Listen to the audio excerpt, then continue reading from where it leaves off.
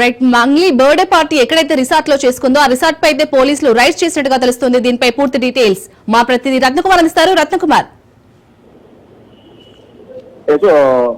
తెలంగాణ ప్రముఖ సింగర్ మంగ్లీ ఏర్పాటు చేసినటువంటి ఓ పార్టీలో అనుమతి లేని మద్యంతో పాటు గంజాయి పాజిటివ్ వచ్చినటువంటి వ్యక్తికి సంబంధించినటువంటి ఘటన అనేది ఇప్పుడు సంచలనంగా మారింది.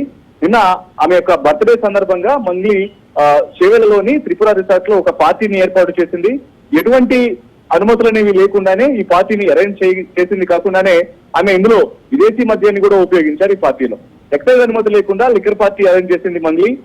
ప్రస్తుతం దీని మీద పోలీసులు చేవెళ్ల పోలీస్ స్టేషన్ లో కేసు నమోదైంది. పోలీసులు కేసు నమోదు చేసి దర్యాప్తు చేస్తున్నారు.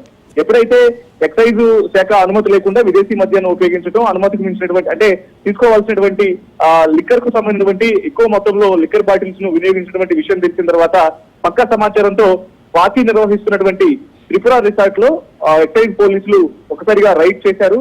ఈ రైడ్ లోనే దామోదర్ అనేటువంటి వ్యక్తి, పార్టీలో పాల్గొన్నటువంటి వ్యక్తికి గంజాయి పాజిటివ్ సైతం వచ్చింది.